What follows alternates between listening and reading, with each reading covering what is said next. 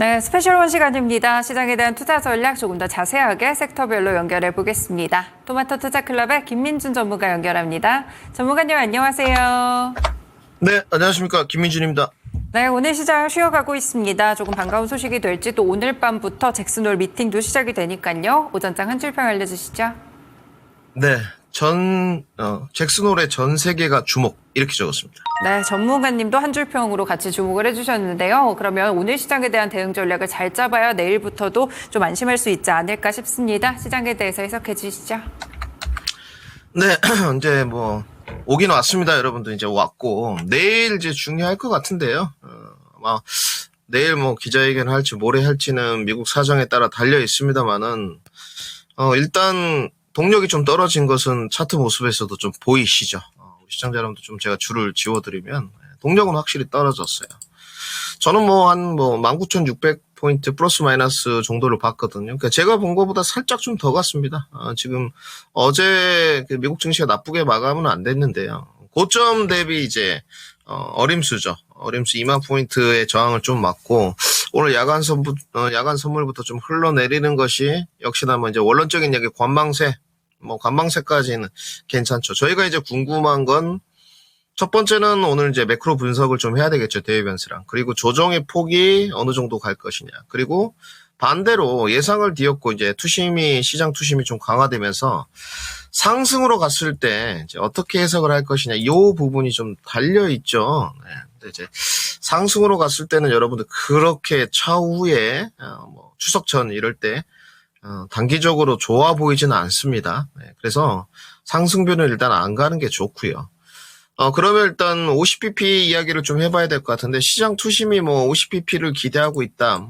제가 봤을 때는 50bp 인상은 안 할 것 같고, 50bp를 설령 시장이 기대한다 그래도 25bp 한다고 해서 떨어지진 않을 것 같습니다. 단지 몇 가지 시나리오를 좀 제시를 해볼 텐데, 자막은 안 나가는 것 같고, 제롬 파월 의장의 코멘트가 일단 중요한데요. 두 가지 정도로 구분을 지어봤습니다. 일단 제롬 파월 의장이 이야기를 할 때 중립적인 스탠스 하고요. 중립적 이렇게 쓰고, 그리고 이제 매파적 예상을 뒤엎고, 지금 연준 위원들 매파적으로 갈 일은 없어 보이는데, 이렇게 이야기하면 조정의 깊이는 상당할 것 같아요. 그러니까 금리 인하는 어차피 한다고 보고요. 25bp든 50bp든 상관은 없는데, 스탠스 자체가 좀, 언어, 이런 코멘트 자체가 상당히 좀 매파적이다. 이러면, 사실 조정 깊이는 깊일 것 같습니다. 그때 이제 거래량 등이나 좀 보고 깊이를 다시 측정하고요. 두 번째, 내용을 지금 시장이 내일 비둘기적으로 할 것이다. 뜨거운 고용이 아니다. 갑자기 또 이런 이야기가 나와요. 결국은 조정을 주기 위한 명분이 이미 발동됐다고 보여지고, 비둘기적 이야기를 하는데 플러스 알파죠. 알파가 어떻게 되느냐. 알파가 향후 방향성 제시를 하네요. 네. 향후 방향성 미제시. 방송이니까 이렇게 하는 게 맞겠죠.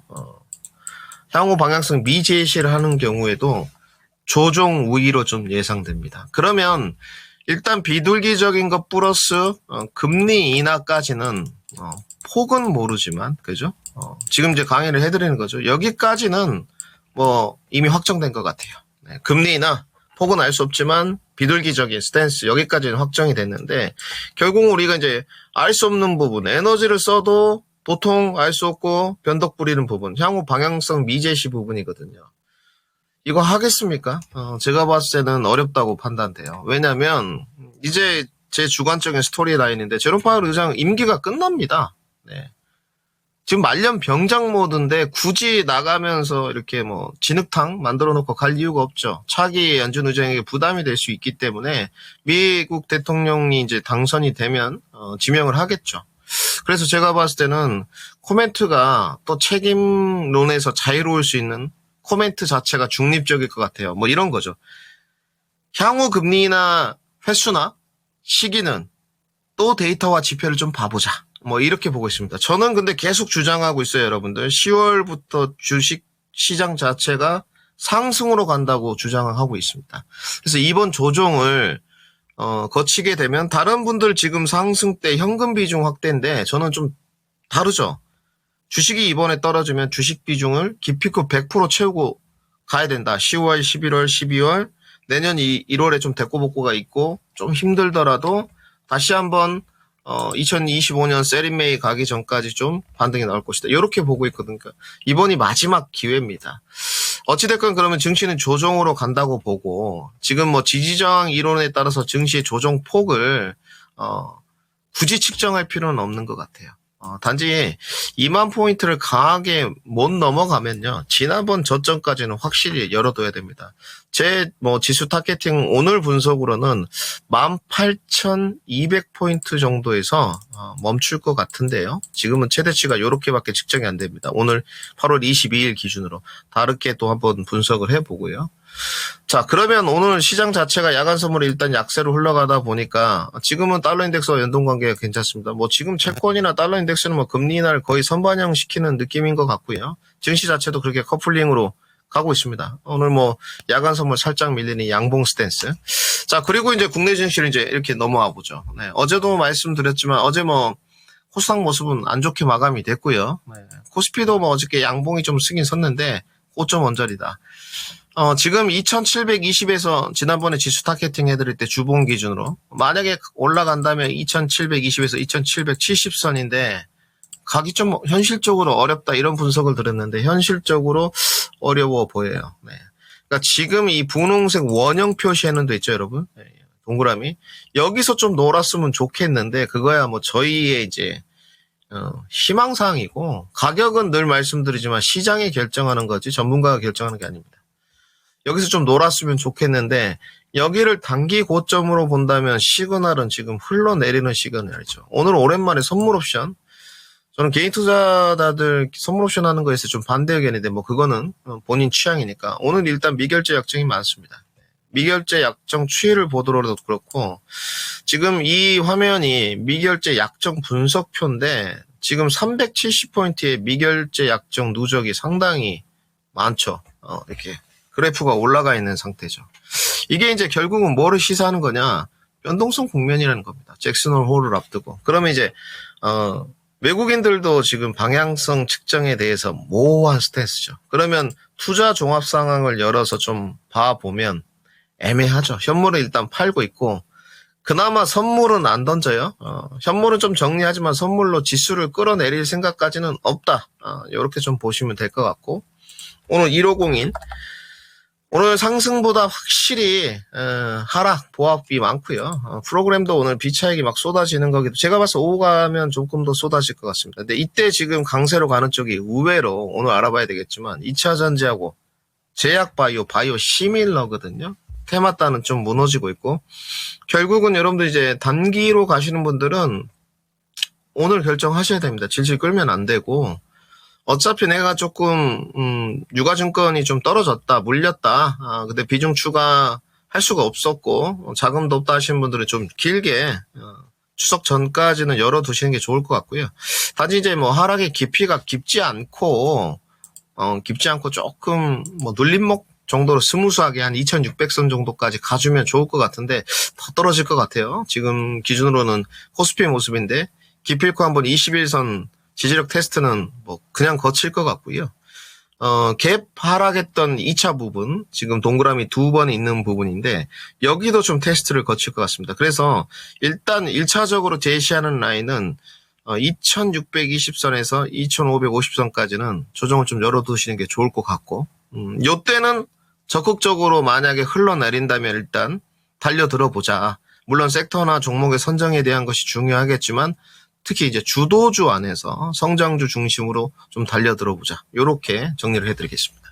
네, 잭슨홀 미팅에 따른 시나리오들 같이 또 정리를 해주셨고요. 확실히 조정을 좀 열어두셔야 될 것 같은데 현재는 그래서 지금 시점에서 전략을 결정해야 되지 않을까 싶습니다. 그럼 전략 결정에 도움을 줄 수 있는 세 가지 섹터 오늘도 알려주시죠. 네, 오늘 2차 전지 좀 봐야 될 것 같고요. 2차 전지 그리고 제약바이오, 소외주 준비했습니다. 네, 주도주 두 가지와 함께 소외주까지 설명 이어가 보겠습니다. 첫 번째로 2차 전지입니다. 이 정도 오르면 더 오를까 이렇게 또 기대감을 가지실 것 같은데 일단 한 줄평부터 알려주시죠.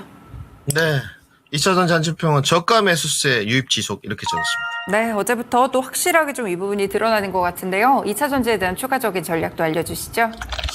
조금 일단 멀긴 멀었습니다, 여러분들. 아직은 뭐 너무 달려들지 마시고요. 그러니까 달려드실 거면 추가 매수나 적극 매수 권역으로 하실 거면 어제 오를 거라고 다 정리해 드렸잖아요. 가격 33만 1,500원 넘어가면서 어제 그 못 넘고 윗꼬리가 살짝 달렸거든요. 그죠? 삼성 SDI 모습인데 오늘 21선 안착하면서 5일선이 살짝 엉덩이 좀 밀어주고 올라가는 스탠스인데 조금 부족해요. 거래량이나 힘이 아직까지는. 그러니까 이게 조금 약간 주식이 운이 작용해야 된다는 게 하필이면 어제 조금 거래량 동반됐는데 잭슨홀이에요. 단지 어제 정리를 해드렸듯이 2차 전지가 뭐 한 엄청 오래됐죠. 설명드린 지. 전방산업 개선은 더뎌요. 그리고 실적도 좀 쪼그라들었지만 구조적으로 성장을 하고 있고 지금 기술적인 부분 그리고 가장 강조드리지만 가격 경쟁력 요즘은 많이들 이제 쓰시더라고요. 전문가님들도. 가격 경쟁력이 있다 보니까 가격 경쟁력은 밸류적인 부분이나 이런 부분이 아니고 합리적으로 코로나 직전과 비슷한 언저리의 가격 조정을 받았기 때문에 이런 부분은 SDI는 상당히 우위적으로 있어요. 단지 이제 대외 변수가 앞두고 있으니까 좀 속상하죠. 하필이면 이제 좀 반등 좀 가려고 하는데 더 오를 겁니다. 단지 이제 여러분들 오를 때 아마 35만 원 정도에 한번 걸릴 거예요. 그러니까 이 지지저항 이론에 따라서 돌파를 해가는 과정들은 여러 가지 뭐 이제 보조 지표도 있고 뭣도 있을 수 있는데 결국은 수급과 거래 대금 거래량이거든요. 이 부분이 저항 부분에 왔을 때 좀 힘차게 밀어주는 게 좀 필요합니다. 근데 힘차게 밀어주기에는 시황적 요소, 추석까지 어떤 변동성 일수, 뭐 여러 가지 데이터 지표, 이런 매크로 변수와 대외 변수가 좋지 않고 기술적인 힘도 제가 봤을 때는 주봉 기준으로 조금 더 거래량이 동반돼야 돼요.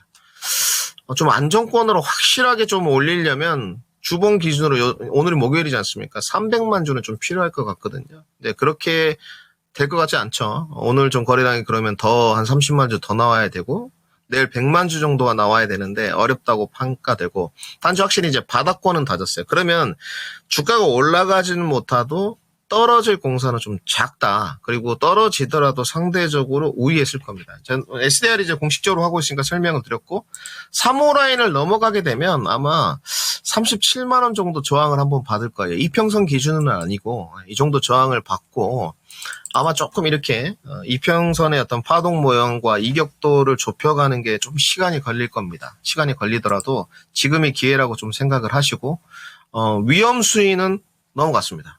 강물 뭐 댐 수위 차듯이 좀 위험 수위가 있었는데 지금의 모양은 일단 캔들 패턴에 이어서도 바닥을 좀 다진 모습이고 여러 가지 보조 지표 거래량 부분들이 확실히 조금은 저가 매수가 유입되고 있는 게 확인되고 있어요. 그리고 이제 조정이 마무리가 아니고 마무리가 돼가다 보니까 투심이 좀 자극되죠. 괜찮은 것 같은데 뭐만 하나 좀 붙어줬으면 좋겠다. 이때 착 하나 붙어주면 밀고 올라가거든요. SDI가 이번에 좀 아쉬웠던 게 뭐가 아쉽냐면 어찌됐건 전고체 중에서 배터리 셀 중에 대장주격인데 이게 좀 부각이 안 됐던 게 아쉬워요. 뭐 한농이라든지 이수스페셜이라든지 CIS라든지 좀 타고 올라갔는데 그게 안 됐다는 부분 같고 그러면 결국은 뭐 크게 이슈화가 안 됐고 엉덩이가 무거운 주식이기 때문에 자극을 못 받았다는 건데 그런데 여러분들 이 수급 상황을 좀 보시게 되면 조금 내용이 틀려요. 어제 개인 투자자들이 좀 오르니까 단타 그게 좀 많이 세력이 있었던 것 같아요. 개인들이 어제 493억 SDI 던졌습니다. 네.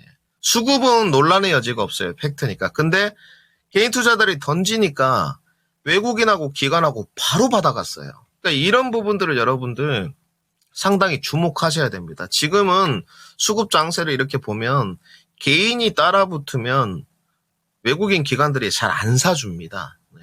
그러면 뭐겠어요? 먼저 지쳐서 떨어져 나가는 사람이 결국은 실패할 공산이 매우 크다. 대외 변수 앞두고 있으나 2차 전지는 매수 권역이다. 이렇게 정리해드리겠습니다.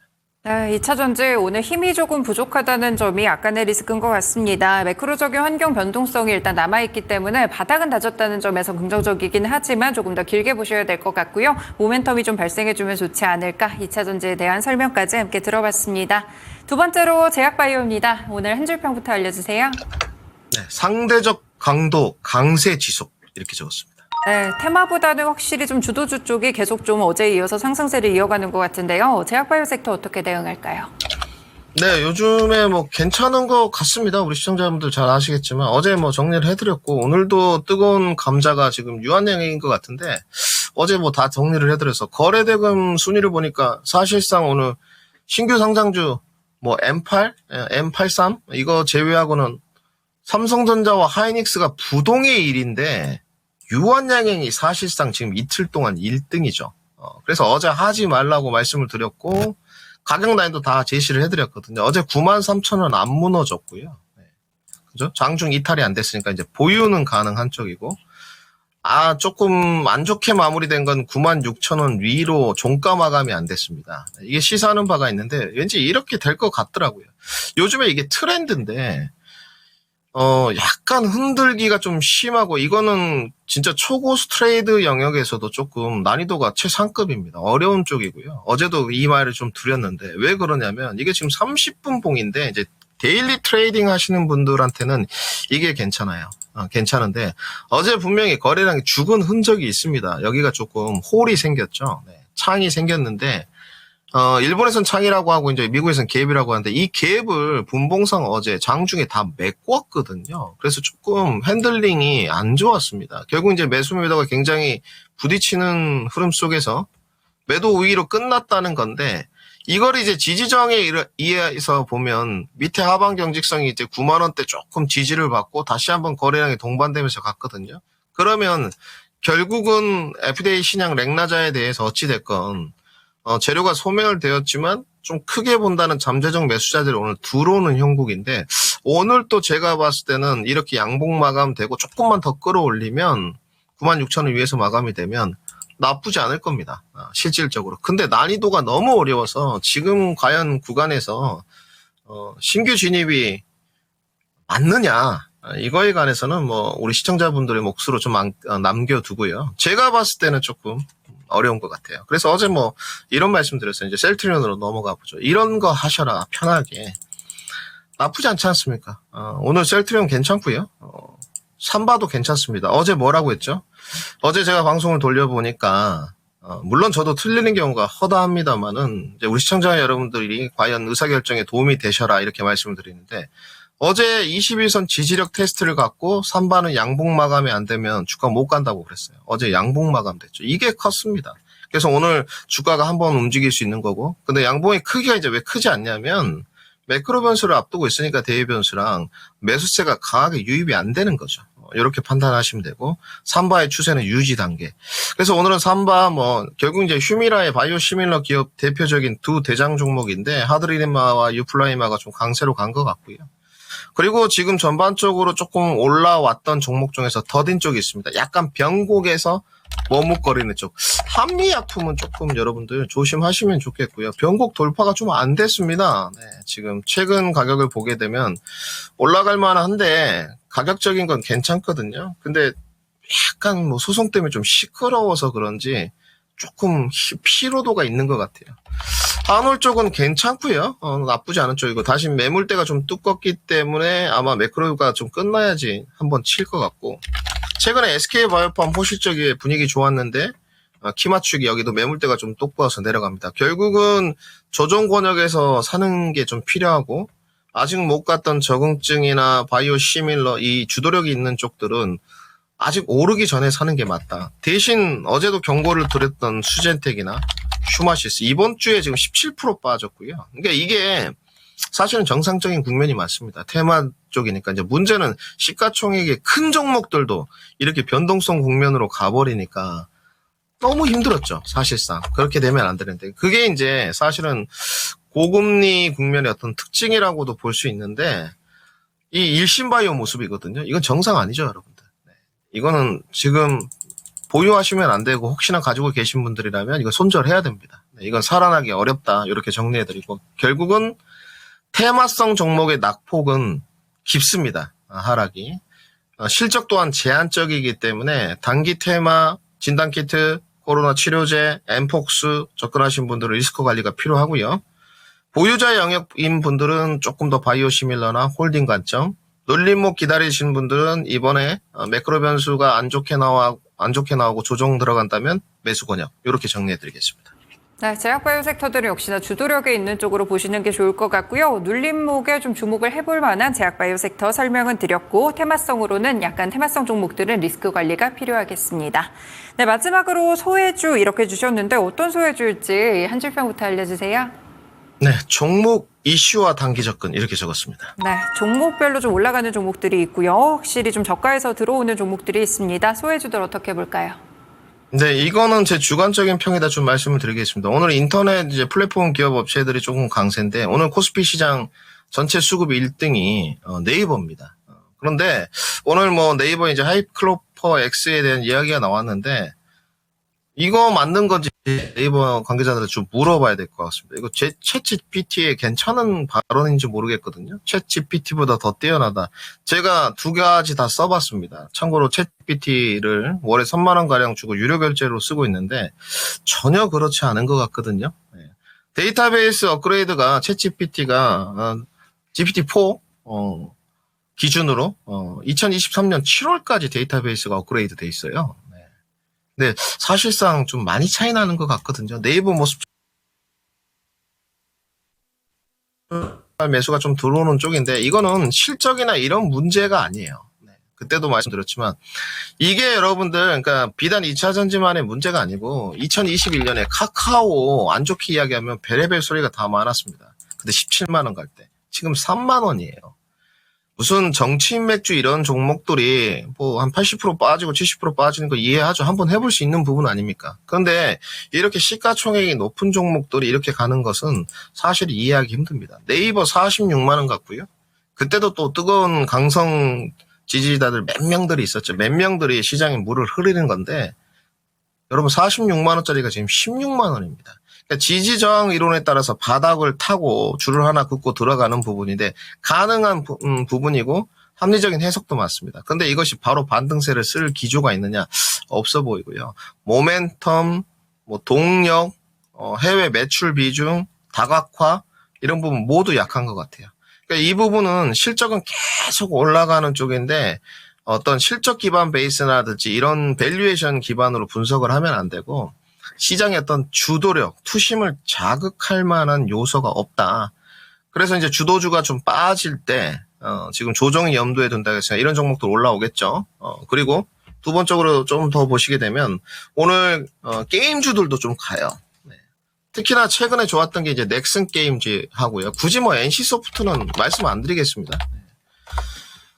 결국은 이런 부분은 기업들이 증명해야 될 것이 여러분들이 고민하실 부분이 아니에요. 고민하지 마십시오. 네, 고민하지 마시고 좀 오를 수 있는 것 같아요. 지금 외국인들 동향을 보니까 약간 이런 스탠스입니다. 과대 낙폭 구간에 갔던 종목들 먼저 밸류 프로그램들 자기들 많이 샀으니 끌어올려 놨고요. 거의 다 고점까지 복귀시켜 놨거든요. 반도체 절반 끌어올려 놨고 제약바이오도 좀 뭐 신고가 가는 종목들 절반에서 좀 끌어올린 종목들. 2차 선지가 아직 안 끌어올렸거든요. 그러니까 연 매출도 갖다 놓는 거예요. 그럼 이게 뭘 뜻하냐면 내년에 유동성 국면에서 결국은 순환매 형태로 돌리면서 더 높이 솟아 오르겠다 이 뜻이거든요. 그러니까 이 부분을 좀 보시면서 가시는 게 좋을 것 같고요. 저는 이번에 하락 때 이런 반대급부 상황으로 들어가는 해지 전략 종목에 집중하기보다는 주도주에 집중해야 된다. 이렇게 정리해드리겠습니다. 네, 과대낙폭 종목도 오르고는 있는데요. 이 적신물 변동성 지나가시면서 그래도 이 주도주들 위주로 설명 계속 드렸으니까요. 체크해 보시면 좋을 것 같습니다. 네, 전문가님 오늘도 관심 종목 있으실까요? 네, 오늘 뭐 준비를 안 하려고 하다가요. SDI 아까 잠깐 말씀드린 점검 한번 하시죠. 네. 네. 이제 뭐 바닥이냐 이렇게 뭐 많이들 물어보십니다. 그런 부분은 뭐 잘 모르겠습니다만은 저의 어떤 그 기술적인 분석과 전방 산업에 대한 분석, 시황에 대한 분석, 기업의 내용에 대한 분석으로 보면 단기적으로 오를 가능성이 크다. 어느 정도 단기적으로 오를 수가 있느냐? 7%에서 10% 정도 반등 가능성이 좀 보입니다. 그래서 이 정도 일단 여러분 단계적으로 하나씩 깨고 가야 되거든요. 여기 일단 뚫어보고 다음 넥스트 레벨로 가야 되기 때문에 자신감 갖고요. 지속적으로 우리가 공식적으로 해가는 종목이기 때문에 저희 지금 스페셜원이 유일합니다. 35만 원에서 37만 원대 오게 되면 다시 한번 중간 점검을 해드리도록 하고요. 지금은 홀딩 전략 드리도록 하겠습니다. 네, 일단 바닥 다지기 잘하고 올라오고 있습니다. 단기적으로 오를 가능성 또 짚어주시면서 삼성 SDI 다음 매물대 오면은 다시 한번 설명 주신다고 하니까요. 함께 체크해 보겠습니다. 네, 전문가님 오늘도 말씀 잘 들었습니다. 고맙습니다. 네, 감사합니다. 네, 지금까지 스페셜 원 시간이었고요. 토마토 투자클럽의 김민준 전문가와 함께했습니다. 지금까지 다양한 투자 판단에 도움이 되는 말씀들 함께 전해드렸고요. 특정 종목의 상승 하락을 보장하지는 않습니다. 시장의 중심 여기서 마치겠습니다. 오늘도 시청해주셔서 고맙습니다.